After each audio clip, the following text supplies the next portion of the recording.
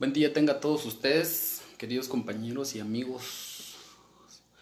El día de hoy me tomé el abuso para poderles dejar grabados Este video, no importa si hay muchos o pocos en vivo o observándolo, voy a tratar de dejarlo aquí para que ustedes puedan eh, verlo después. Me parece que es importante ante las circunstancias que se viven en la burocracia del Estado hacer algunas aclaraciones que ya son necesarias porque tal vez algunos no han podido aprenderlo, leerlo o aprenderlo. Y entonces ante eso, pues hay gente como ese señor que estaba hablando el otro día que, que van a sacar, van a desabastecido personal médico al sistema salud por caprichos enfermizos, ¿verdad? Porque eso es lo que son, caprichos enfermizos. Acusándolos de comunismo, acusándolos de comunistas, o sea, es una total locura. Bueno, entonces es importante hacer las respectivas aclaraciones. Por ejemplo, ¿qué es el comunismo? Hay que tener claro, en primer lugar, qué cosa es el comunismo. El comunismo plantea en su tesis original la abolición del Estado. Fíjense. O sea, es decir, sin Estado. Vivir sin Estado. Vivir sin presidente del Ejecutivo, vivir sin presidente del Legislativo, vivir sin presidente del Judicial, no tener fronteras. Y pues ahí está, que la gente se autoconducte a sí misma. Es decir, y entonces entra ese discurso trillado de que mi mujer es tuya, que la mujer tuya es mía, que tu casa es la mía, que mi casa es la tuya, que esa vaca es mía, que aquel carro también, y entonces todo lo que yo tengo también es de ustedes. O sea, de allí es donde deviene esa enfermedad que estos señores dicen que todos iguales, ¿verdad? Lo cual a mí me parece una verdadera ridiculez porque es imposible que eso pase. El único hombre que yo consideré que había hecho eso era Jesús. Y pues sus seguidores parece que no les gusta la idea de ser como él, ¿verdad? Entonces, no funciona. La cosa no solamente es utilizado como para asustar a las personas. Yo digo en aspectos filosóficos que el comunismo es una utopía. Y según Thomas Moro, la utopía es como la sombra de uno. Si uno da un paso, la sombra da exactamente los mismos pasos, es decir, es imposible alcanzarlo. Entonces, una sociedad no puede llegar a ser comunista jamás, porque hay maldad en los seres humanos. Los seres humanos regularmente siempre quieren tener un dominio sobre los otros. Y para obtener ese dominio hacia los otros, es necesario acapararlo todo.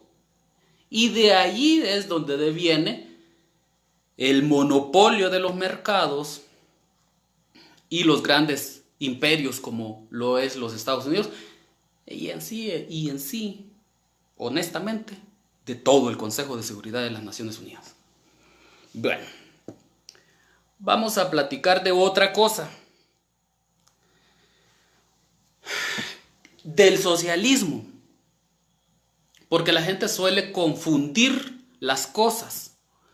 Yo jamás he hablado de eso, en excepcionales casos o con poco de eso.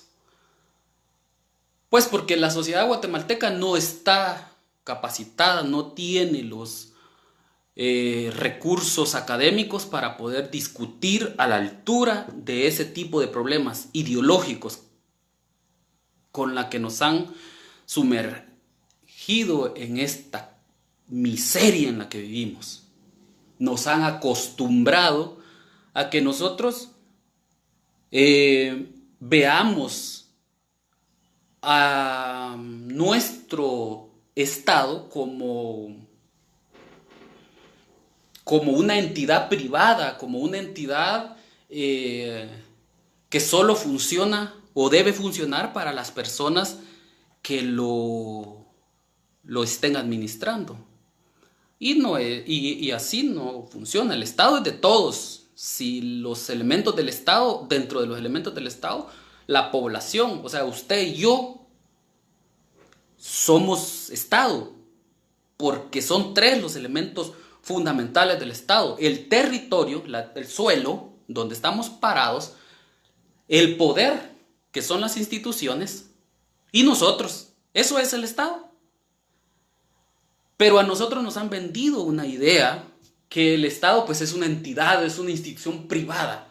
Por eso usted, cada vez que vaya a una institución, párese firme ante el sujeto que lo está atendiendo y exija respeto, exija una buena atención, una atención de calidad, porque el salario de ese ciudadano es sacado de mi bolsillo.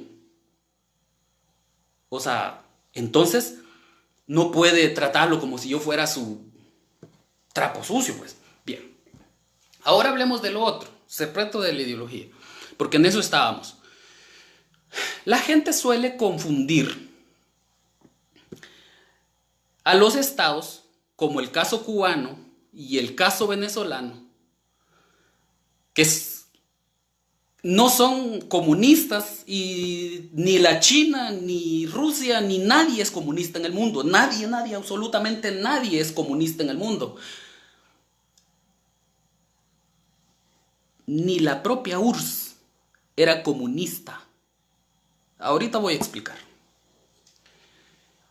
Originalmente, por ahí, por el año 1850, un poquito antes, Friedrich Engels, que era un adinerado, financió a un tipo que le gustaba mucho leer y andar pensando cosas. Se llamaba Carlos Marx.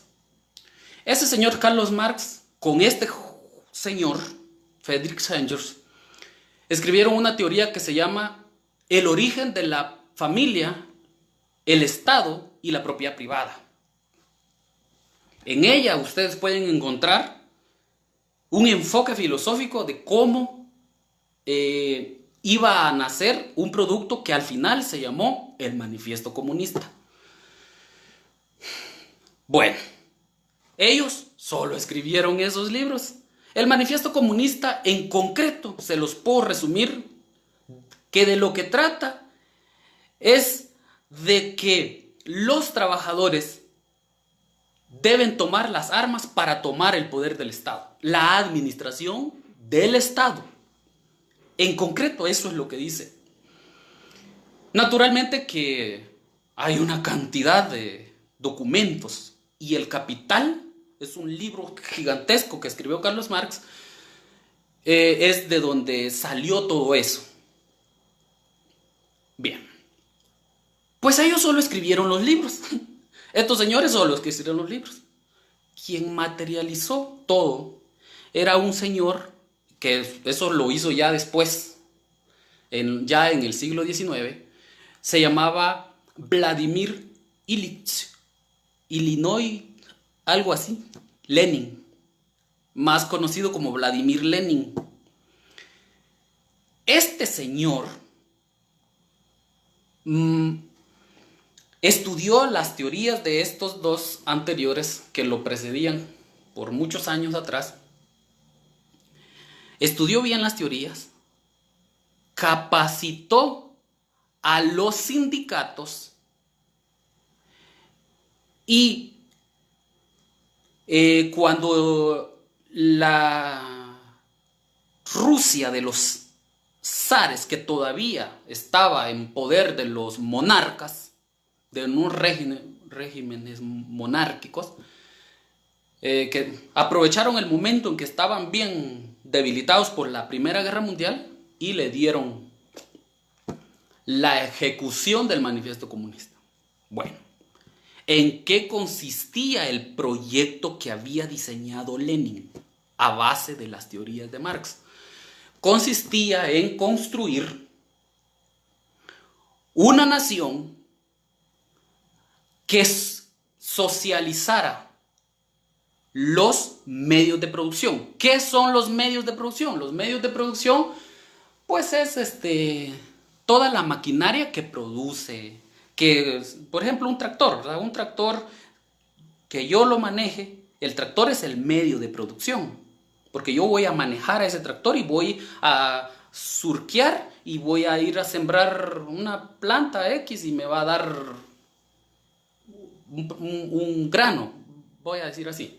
Y yo voy a vender el grano y me va a generar ganancias. Así es. Entonces, el tractor es el medio de producción. Entonces, el Estado de Lenin lo que hace es que socializa los medios. Bueno, ¿qué es eso?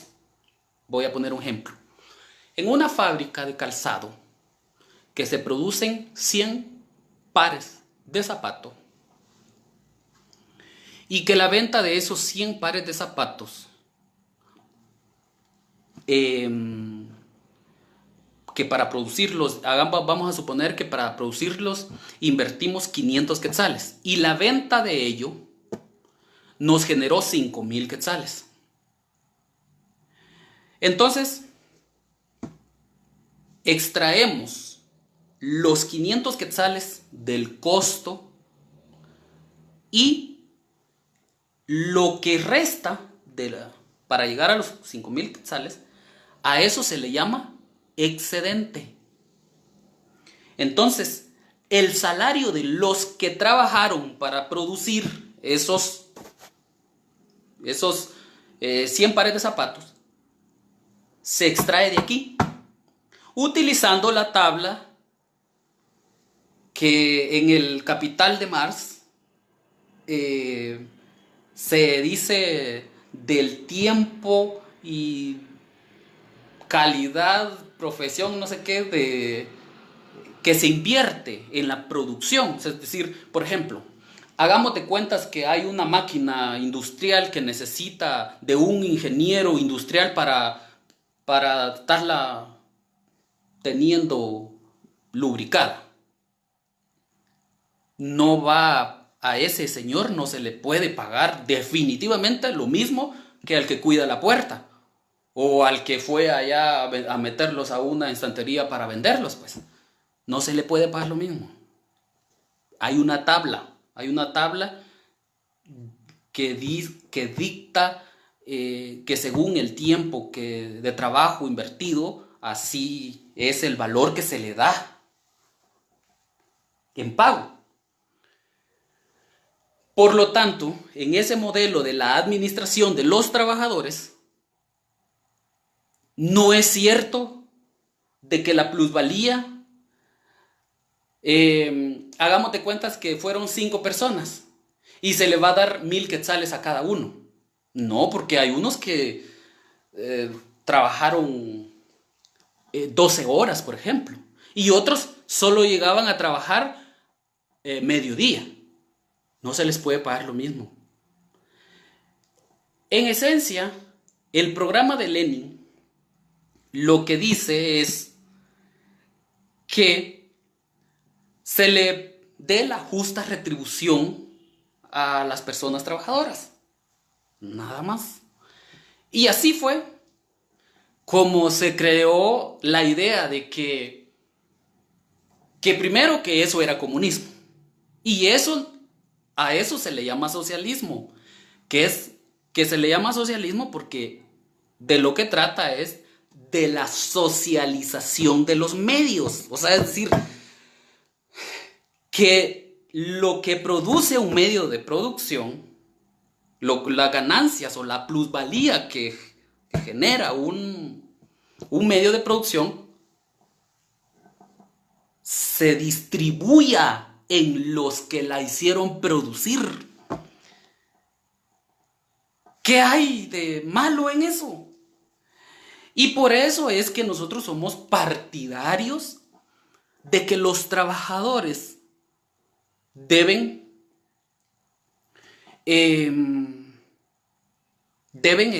tomar el poder. Porque son los únicos que realmente generan riqueza. Les voy a dar de muestra un botón. En el año de 1789, Francia se había independizado de las monarquías. Allí están los iluminados y ahí están los estos que se me olvidó la palabra, pero los que le cortan la cabeza a las personas. William Robert Spears y este señor Napoleón Bonaparte, verdugos. Ahí están los verdugos también. Ahí están los iluminados y ahí están los verdugos. 789, siglo XVII, escucharon. Para 1917, en que Rusia, el que usó eso ese modelo que lo estoy diciendo de producción, habían pasado más de 100 años. Para el año de 1939-40, que empezó la Segunda Guerra Mundial, Rusia ya había alcanzado económicamente, o sea, ya se había puesto a la altura de Francia. Entonces quiere decir, económicamente hablando, entonces quiere decir que el modelo es por demás efectivo. El problema del modelo original de Lenin tuvo algunos atropellos y eso fue lo que lo desconfiguró un poco. Había un tipo que se llamaba León Trotsky. Ahí voy a tener algunos choques con algunos compañeros, pero ellos tienen lo que ellos creen, ¿verdad? Un compañero, uno de esos que estaba ahí, que era mano derecha de Lenin y izquierda, eran dos apoyos muy sólidos de Lenin para llevar a cabo el plan ese proyecto. Ellos eran contrarios de pensamiento. Uno había tenido una vida muy cómoda, había vivido entre las plumas porque era un burgués, es el tal León Trotsky. Y otro había sido un tipo de calle, un tipo que el hombre se había ganado el puesto del mejor hombre de Lenin a punta de fusil. Entonces el tipo era bastante rudo. Ese se llamaba Joseph Stalin. Entonces estos señores, cuando Lenin murió, que fue 1924, si no estoy mal, entonces ellos empezaron a pugnar por el poder. Así que este Joseph Stalin, acostumbrado a resolver las cosas por medio de la violencia, pues le mató a todos los seguidores de León Trotsky, los apresó, los arrestó, los fusiló, y a León Trotsky lo persiguió y lo vino a matar aquí a México. Entonces, el proyecto que había empezado Lenin se fue desconfigurando a partir de que estos seguidores y los otros países empezaron a decir de que allí lo que había era una dictadura. Entonces dijo Joseph Stalin, efectivamente esto es una dictadura, pero es una dictadura de los trabajadores, no es una dictadura burguesa como esas que han habido aquí, de esa de Ríos Montt, esa de Lucas García, esa de el chileno Augusto Pinochet, Trujillo en Dominicana, la dictadura de los Díaz ahí en México. Entonces, que son dictaduras oligárquicas, dictaduras de élites, de familias, una cosa así. En cambio, allí él dijo, no, esta es una dictadura, pero esta es una dictadura de los trabajadores, porque aquí el excedente de las ventas se distribuye entre los que la producen. Entonces, eso fue desgastando, esa crítica fue desgastándola. Sin embargo, a pesar de ello, como ellos iban creciendo, se lograron posicionar en el Consejo de Seguridad de la ONU gracias al aporte muy sustantivo en la guerra y que le dieron la mitad del triunfo a la Unión Soviética, y pues hoy en día son lo que son gracias a ese proceso. En el año de 1989, por fin, los estadounidenses, aliados con los franceses y los británicos, lograron destruir el proyecto, darle muerte. Ya habían infiltrado desde casi por los años 70, después de la muerte de Stalin, le dieron, o sea, iban desgastando e incluso infiltrando gente en el gobierno de la Unión Soviética, hasta que en el año de 1989 cayó el proyecto que había empezado en 1917. Entonces, los conflictos armados que se dieron en el interior de los estados, Argentina, Bolivia, Perú, aquí en Guatemala, Nicaragua, no, Honduras, no, eran acusados de que los financiaban esos señores. Y por eso es que empezaron a meter el fantasma o la idea errónea de que los comunistas decían. Y así fue como también ellos, los norteamericanos, se justificaron para ingresar a nuestros territorios. Decían, si los comunistas están adentro de ese tabú, entonces también nosotros queremos entrar. Y así lo hicieron. Y nos destruyeron completamente, nos arruinaron la democracia. Y ahora vivimos en las situaciones tan deplorables como las que actualmente vivimos. Bueno, entonces ahora nosotros ya no podemos hablar de levantarnos en armas, porque si nosotros hablamos de ello, entonces nosotros pues nos acusan de comunistas inmediatamente. Yo tengo muchos ejemplos que contarles. Por ejemplo, Francisco Madero en México era un hombre pensante, de cuna burguesa, oligárquica.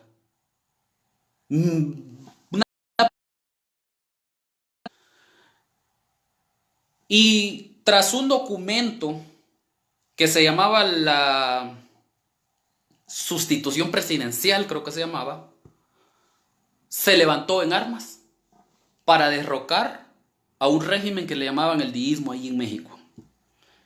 Ahí se le unió, en ese proyecto se le unió Emiliano Zapata.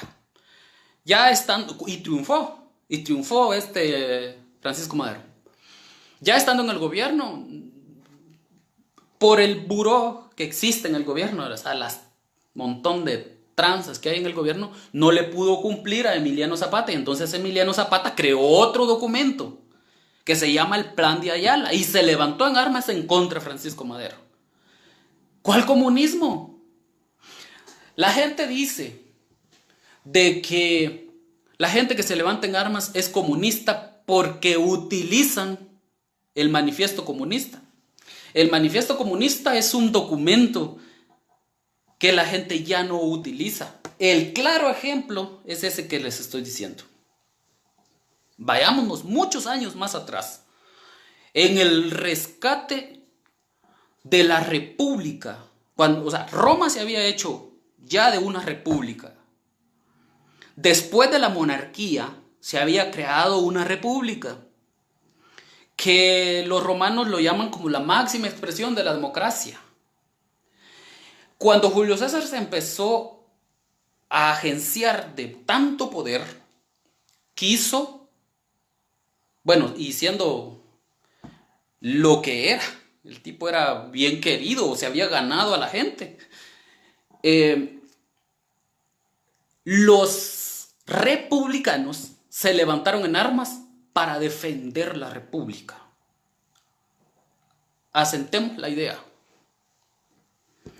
¿Qué es la república? La república es un modelo de gobierno en donde las leyes se respetan al pie de la letra. En palabras comunes que todos entendemos, es en sí el Estado de Derecho.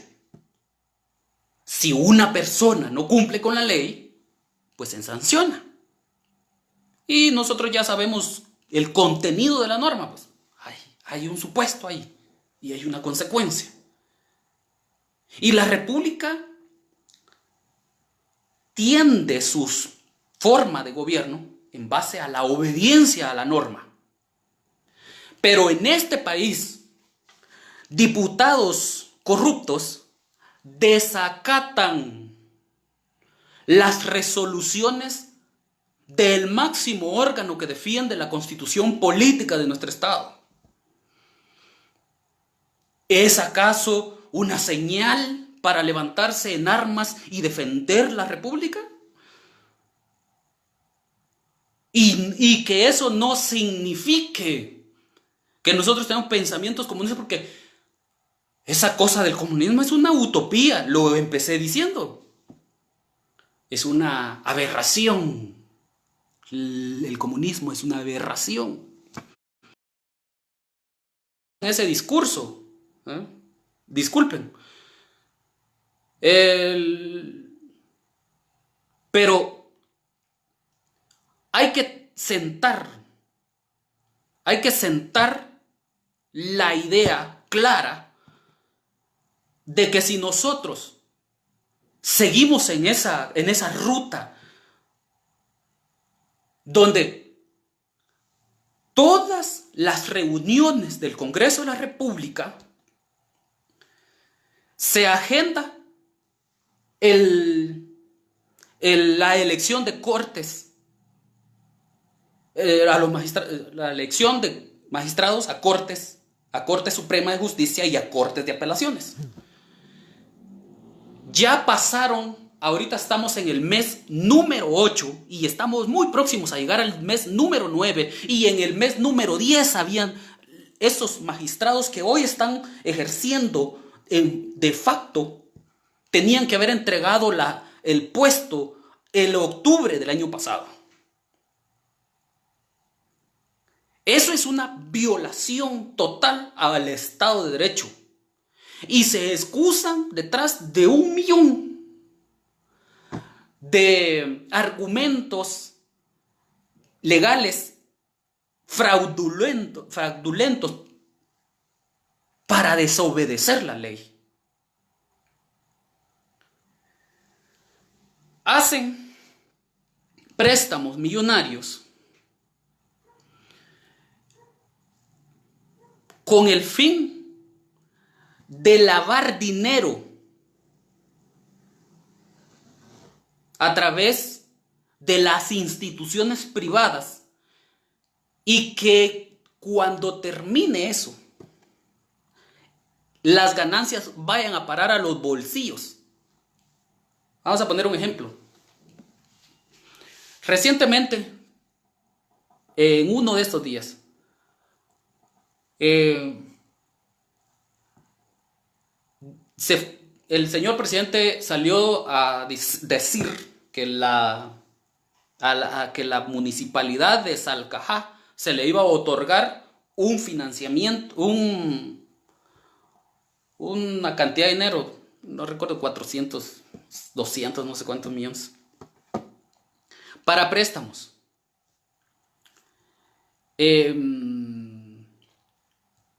Al alcalde de Salcajá no solamente lo beneficiaron en ser el presidente de la asociación de alcaldes, asamblea de alcaldes,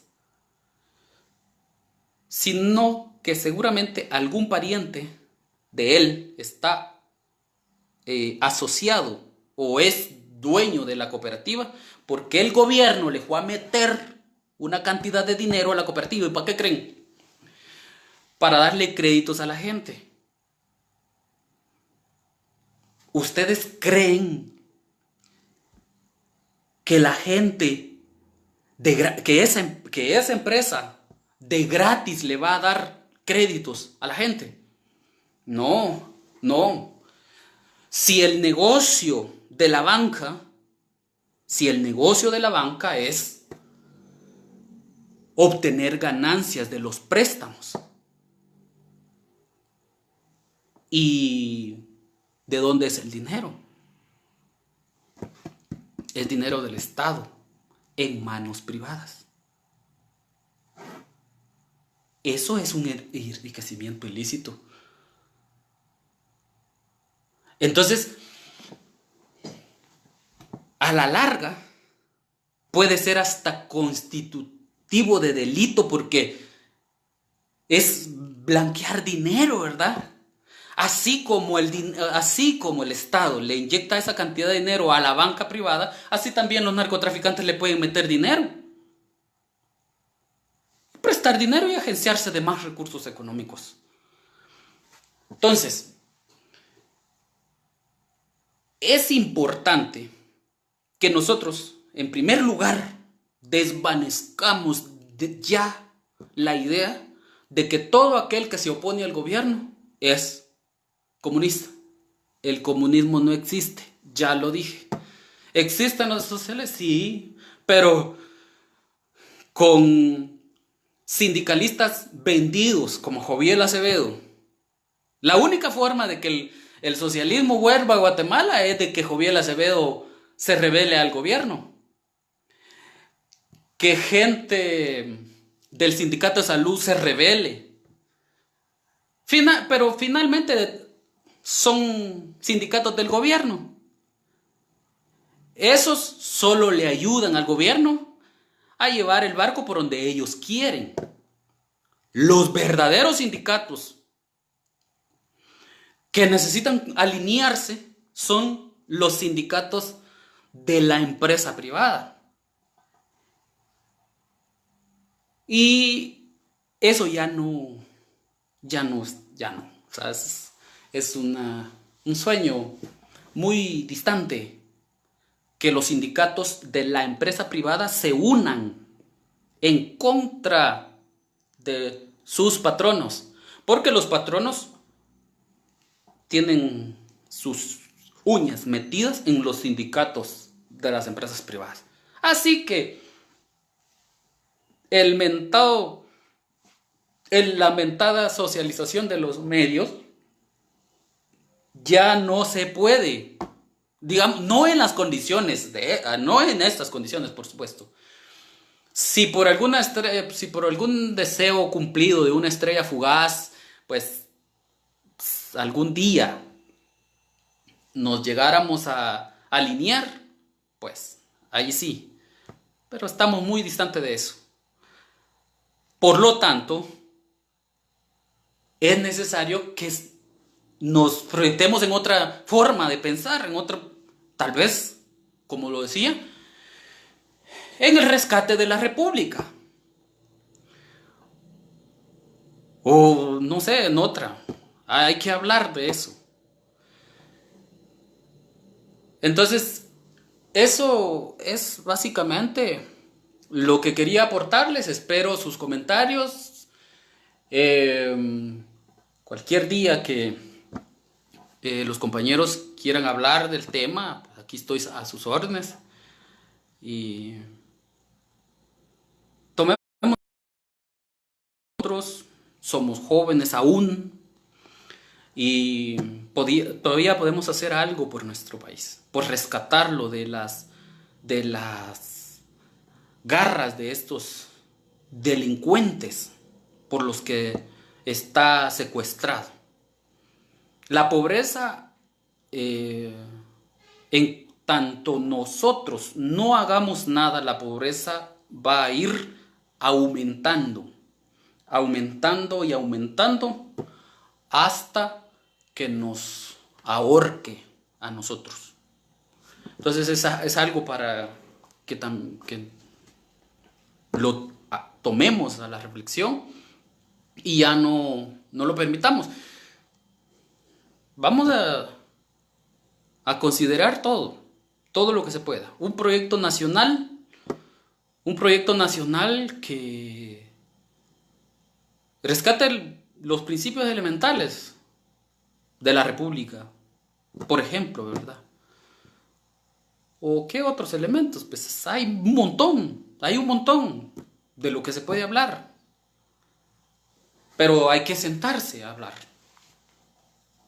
hay que discutirlo, porque así trabajando unos, ay, sí, es que a mí Suecia me da un par de centavos para que esté aquí escribiendo tonterías, ay, sí, es que a mí Finlandia me da no sé qué para aquí, o es que a mí me dan los noruegos, o a mí me da Holanda o Alemania, o es que a mí me tienen bien los gringos.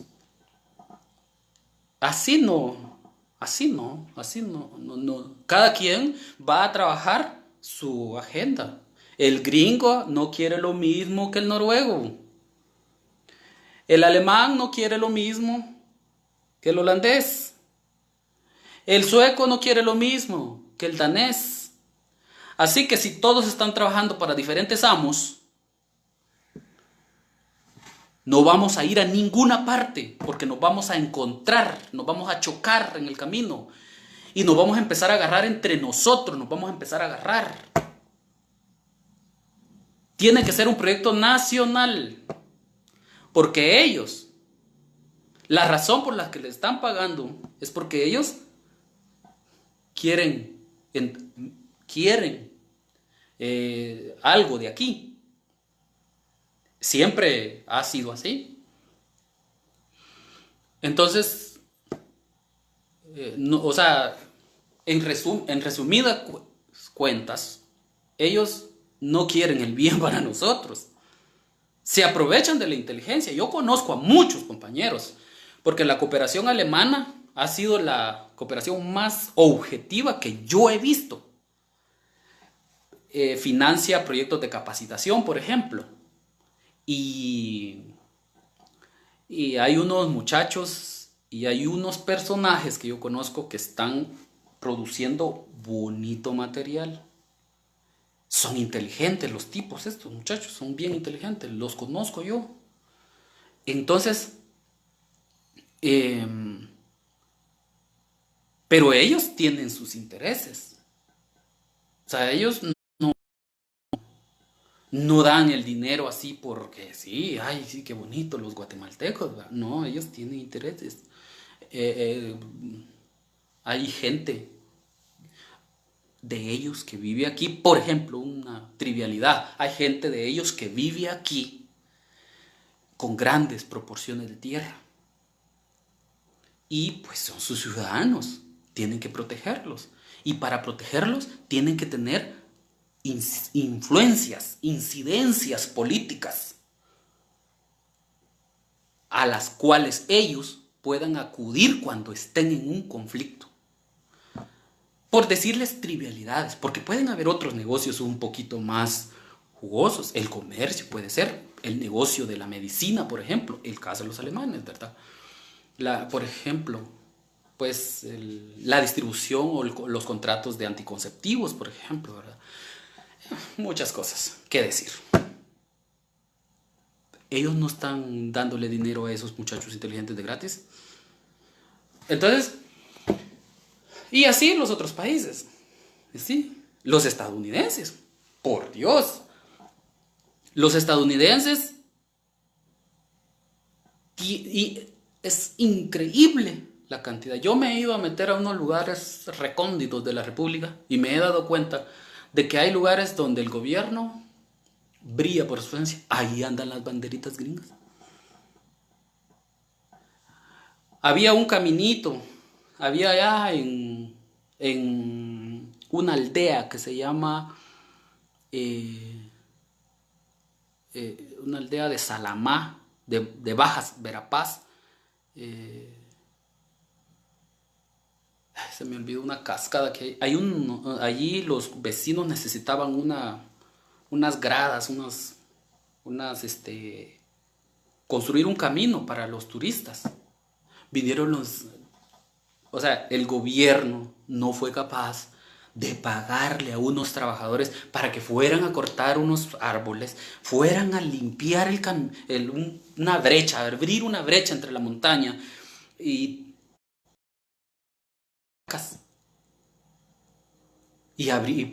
hacer unas graditas allí.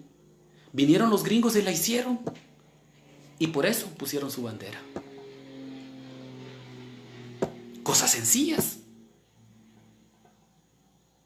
Vayan a la Torre de Tribunales, vayan al Ministerio Público. Ahí atrás van a encontrar la banderita de los Estados Unidos y la Unión Europea. Van a decir que ellos, por obra y gracia del Espíritu, le ayudan. No, ellos lo que quieren es tener el control de las instituciones para manejarlas a sus intereses, a su conveniencia. El bien, ellos no quieren el bien para nosotros. Entonces, por eso es que yo digo que un proyecto nuevo tiene que ser nacional. Aunque algunos difieran del nacionalismo. Y no estoy hablando de que, ni siquiera estoy hablando de ejecutar una teoría nacionalista. Si nosotros hemos visto el fracaso por años de la ejecución del mismo con los gobiernos militares, que es la que han utilizado. Así que, insisto, hay que sentarse a platicar y estoy a sus órdenes. Muchas gracias a los que se estuvieron ahí observando y a los que van a verlo después. Un cordial saludo y estoy a sus órdenes. Hasta luego, amigos.